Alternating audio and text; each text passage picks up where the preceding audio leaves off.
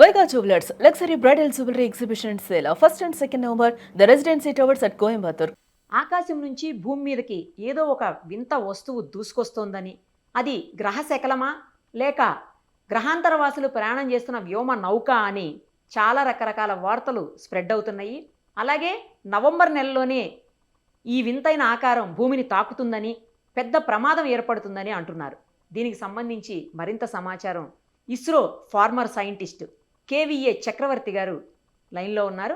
Live కాల్లో ఆయన అడిగి తెలుసుకుందాం. నమస్తే సార్. నమస్కారం అండి. సార్, ఏంటి సార్ ఏలియన్స్ వస్తున్నారని, లేకపోతే ఏదో గ్రహ శకలం వస్తుందని చెప్పేసి భూమిని గట్టిగా తాకుతుందని, చాలా అతిపెద్ద ప్రమాదం సంభవించబోతుందని మాట్లాడుతున్నారు. అది 20 కిలోమీటర్ల వెడల్పుతోటి 60 కిలోమీటర్ల పొడవుతోటి ఉంది అని చెప్తా ఉన్నారు. అది నిజమా సార్? అసలు అది ఏంటి? ఎందుకు భూమి వైపు సెకనికి 60 కిలోమీటర్ల స్పీడ్తో దూసుకొస్తోందని అంటున్నారు. ఏంటి అసలు అది ఎప్పుడు వస్తుంది? అది ఏంటి? ఏం చేయబోతోంది మనల్ని? ఇది నిజమేనండి. ఇది మొదట జూలై 25లోనే కనుక్కున్నారు అమెరికా శాస్త్రవేత్తలు, నాసా వారు. అది అప్పుడు ఒక తోక చుక్కలాగా సూర్యుడికి దగ్గరలో ప్రయాణిస్తూ కనపడేది. అప్పటి నుంచి జూలై నుంచి అబ్జర్వ్ చేస్తూ వస్తే అక్టోబర్ 30వ తారీఖు 29 అక్కడ డేట్ ప్రకారం 29కి దాన్ని నాసా వాళ్ళు కనుక్కున్నారు. మీరు చెప్పినట్టు అది 20 కిలోమీటర్లు వెడల్పు, 60 కిలోమీటర్ల లెంత్ ఉందని. నిజమే. పోతే దాన్ని చూసి కొంతమంది అదొక ఏలియన్స్ వస్తోంది, కొన్ని వార్తలు కూడా వచ్చాయి. అది ఏమైనా ఏలియన్స్ వస్తున్నారా, దేవలోకం నుంచి ఏమైనా వస్తున్నారా? అది కాదండి. ఏంటంటే ఇది ప్రపంచంలో ఇప్పటి వరకు మానవాళి మనం చూసినప్పటి నుంచి ఇది మూడోసారి ఇలా అవ్వడం. అందుకే దీన్ని 3ID అన్నారు. అట్లా అని పేరు పెట్టారు. ఇది మూడోసారి ఇలా జరగడం. ఒక సూర్యుడికి దగ్గరలో ఒక కామెట్ లా కనపడి, తర్వాత అక్కడి నుంచి సూర్యుడి నుంచి ఇంకా దూరం నక్షత్ర మండలాల నుంచి ఇంకా బయటకు వచ్చేస్తూ ఉంటే, అంటే భూమికి దగ్గరికి వస్తూ ఉంటే ఇంకా చాలా కిలోమీటర్లు ఉందిలేదు. అందుకని దీనికి 3I అని పెట్టారు అన్నమాట. మూడోసారి చూసిన కళ్ళతో చూసాను. దీన్ని 11వ తారీఖు ఈస్టర్న్ సైడ్ కనిపిస్తుంది, కానీ దానికి టెలిస్కోపులతో చూస్తేనే కనిపిస్తుంది. మామూలుగా నేకెడ్ ఐల్ తోటి అది కనిపిస్తుంది. మీరు ముందు అడిగారు ఇది మానవాళికి ఏమన్నా ముప్పు జరుగుతుందా అని. జరగదు. దీనికి 2-3 కారణాలు ఉన్నాయి. ముందు 2 వచ్చినవి కూడాను అక్కడి నుంచి వచ్చేటప్పటికి స్పీడ్ పెరిగినా సరే ఏవి జరగలేదు. కక్షలు మారేటప్పుడు, తిరిగేటప్పుడు ఆ తునాతునకలయ్యి ఇంకొక దాంతో వేరే ఆస్ట్రాయిడ్స్ తో గుద్దుకునన్నా అది చిన్న చిన్న ముక్కలు అయిపోతుంది. ఎందుకంటే మీరు లాస్ట్ ఇయర్ మీ టీవీలోనే చెప్పాం మేము, ఒకటి వరంగల్ అంత వెడల్పు ఉన్నది 322 కిలోమీటర్లు ఉన్న ఒక వస్తువు ఇలాగే ఆస్ట్రాయిడ్ లాంటిది వస్తూ ఉంటే మనందరం భయపడ్డాం, ఏమవుతుందా అని. అది దాని ఏం అవ్వలేదు. అది కూడా విడిపోయింది ముక్కల కింద. మనకేం అవ్వకుండా దాని గమనం మార్చారు. గమనం మార్చి ఇంకా తిరుగుతూ ముక్కలు తిరుగుతూ. మూడోది అందరికీ చెప్పేది ఏంటంటే, ఒకవేళ ఇది రావాలి అంటే 277 మిలియన్ మైల్స్ ప్రయాణించాలి. ఇంకా 277 మిలియన్ మైల్స్, కిలోమీటర్లకు లెక్కండి ఏమొస్తాయో చూడండి. So there is a lot of time. ఇప్పుడు ఈ నవంబర్ 11న ఈస్టర్న్ సైడ్ జరిగేటప్పుడు గూగుల్ అమెరికా వాళ్ళ పెద్ద టెలిస్కోప్ తోటి దాన్ని ఇంకా అబ్జర్వ్ చేస్తున్నారు అన్నమాట. ఇప్పుడు కొంతమందికి శాస్త్రవేత్తలకి, కొంతమంది పూర్తిగా చూసిన వాళ్ళకి అనుమానం వచ్చింది, అది ఏమన్నా ఏలియన్సా కాదా అని. కాదండి. ఎందుకంటే దాని బొమ్మని చూస్తే ఒక పక్కన ఏలియన్స్ వాడే ఒక వెహికల్ లా అనిపించింది, ఏదో ఒక మెరుస్తూ కదా, పొగలాంటిది, నిప్పు మండి ప్రెషర్ డెవలప్ అవుతున్నట్టుగా.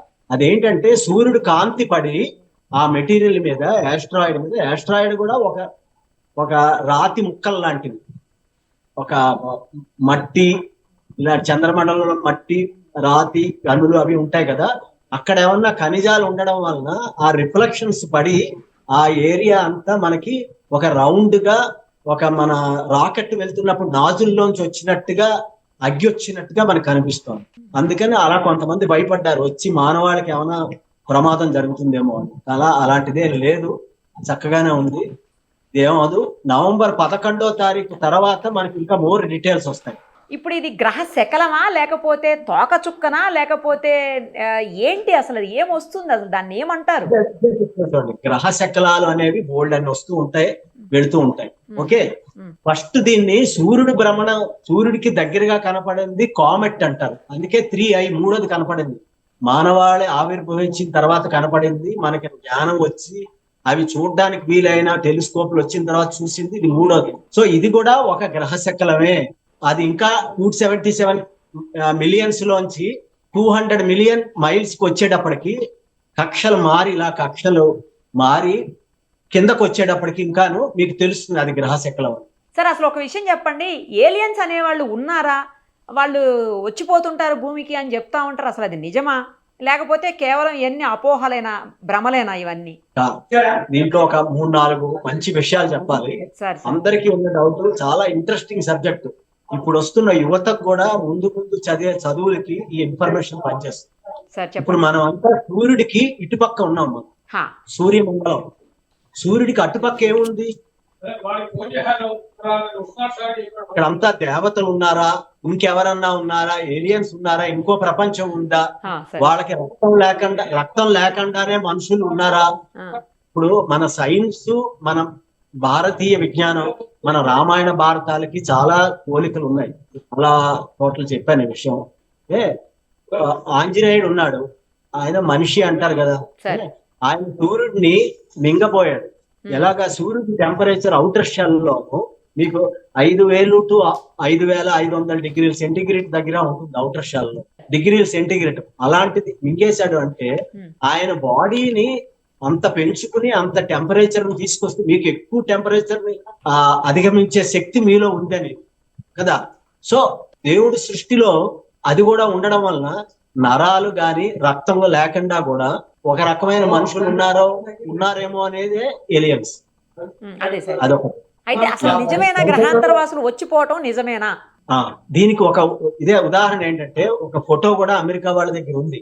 1800-1700 సంవత్సరాలలో ఏదో ఒక తెలియని ఒక వింత ఇన్స్ట్రుమెంట్ ఒకటి, మీరు ఇది వరకు చెప్పారు, ఇలా రౌండ్ గా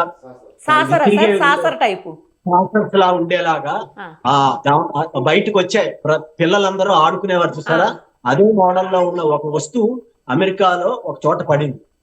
అది ఇప్పుడు ఆ ప్లేస్ అంతా బ్యాన్ చేశారు, ఫోటో చూడొచ్చు. That is banned for the public. దాన్ని స్టడీ చేసి ఓహో ఇలా ఉంటాయా, ఏదో పడింది, ఎక్కడి నుంచో వచ్చారు, వేరే ప్రపంచం ఏదో ఉంది. మీరు గ్రహాంతరవాసులు అని ఒక తెలుగు పదం పెట్టారు, ఇంగ్లీష్ లో ఏలియన్స్ అన్నారు, ఇంకే పేరు పెట్టుకున్నా సరే ఎవరో ఉన్నారు. లేకపోతే ఆ కాలంలో ఆ నాజిల్స్ అవి పెట్టి వచ్చింది దొరికింది 1700-1800 సంవత్సరాల్లోనే. అవన్నీ చూసే మనం ఓహో ఇలా కూడా డెవలప్ అవ్వచ్చు అనేసి. అందుకే మీకు అమెరికా వాళ్ళది కానీ SE-57 విమానాలు అవన్నీ ఉన్నాయి చూసారా, స్టెల్త్ విమానాలు అవన్నీ సాఫ్ట్వేర్ కి కొంచెం దగ్గరగా ఉంటాయి. మీకు చూడండి, ఎక్కువ స్పీడ్, మ్యాక్స్ స్పీడ్ ఎక్కువ స్పీడ్ తో 13.5 అట్లా స్పీడ్ తో వెళ్తూ ఉంటాయి. స్టెల్త్ కోటింగ్ ఇచ్చారు, అవి రాడార్లు ఏవి కనిపెట్టకుండా. ఇవన్నీ కూడా అదేదో ఒక వింత వస్తువు పడితే మనం చాలా కాపీ కొట్టామేమో అని అనిపిస్తుంది. మనం అంటే అమెరికా వాళ్ళు. ఒక సైంటిస్ట్ గా ఇస్రోలో పనిచేశారు, మీరు పెద్ద స్థానంలో పొజిషన్లో పనిచేశారు. మీరు చెప్తే అది అథెంటికేషన్, ఇంకా డౌట్ ఉండదు అందులో. సో మీరు చెప్పండి సార్, గ్రహాంతరవాసులు లేదా ఏలియన్స్ అనేవి ఉన్నాయా? డైరెక్ట్ క్వశ్చన్కి ఆన్సర్ చెప్పండి సార్ నాకు. నేనే కాదు, నాతో పాటు ఒక 1000 మంది సైంటిస్టులు ఉండడానికి ఎక్కువ ఆస్కారం ఉందని చెప్పి మీకు అందరికీ తెలిసే ఉంటుంది. ఒక విషయం చెప్తాను, మేము కొన్ని శాటిలైట్లు పంపాం. అది ఇంకా 9 లక్షల సంవత్సరాల తర్వాత ఆ శాటిలైట్ సూర్యుడికి అటుపక్కకు వెళ్ళడానికి రెడీగా ఉంది. 9 లక్షల సంవత్సరాల తర్వాత ఆ శాటిలైట్ లో తెలుగు, మన హిందీ, సంస్కృతం, ఇంగ్లీషు, అరబిక్ భాష ఇవన్నీ రాసి పెట్టారు.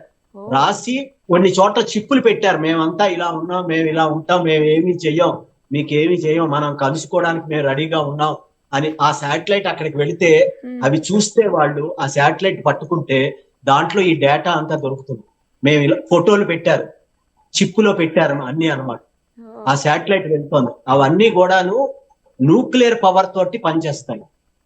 మీరు అనొచ్చు, మామూలు మన శాటిలైట్లు 10 ఏళ్ళు పనిచేస్తున్నాయి, 20 ఏళ్ళు పనిచేస్తున్నాయి, అంతకన్నా తిరగట్లేదు అంటున్నారు కదా. అవన్నీ న్యూక్లియర్, ఒక రకమైన న్యూక్లియర్ టెక్నాలజీ ఉపయోగించి పంపించారు ఆల్రెడీ. కొన్ని లక్షల లక్షల లక్షల కోట్ల కిలోమీటర్లు ప్రయాణించడానికి వీలుగా అవి తయారు చేశారు. అప్పుడు వాళ్ళు ఆ కాలంలోనే పంపించారంటే మనం కూడా పంపిద్దామని అమెరికా వాళ్ళు పంపించారు. ఇంకొక శాటిలైట్ కూడా ఇప్పుడు రెడీ అవుతోంది. దాంట్లో మరి ఇండియన్ భాషలు కూడా రాసి ఉన్నాయి దాంట్లో. సర్ప్రైజింగ్ గా కూడా ఉంది మీరు చెప్తుంటే ఈ విషయం. నాకు వేల సంవత్సరాల తర్వాత అవి రీచ్ అవుతాయి, అంతే కదా సార్? కొన్ని వేల సంవత్సరాల తర్వాత. Thank you sir, thank you so much.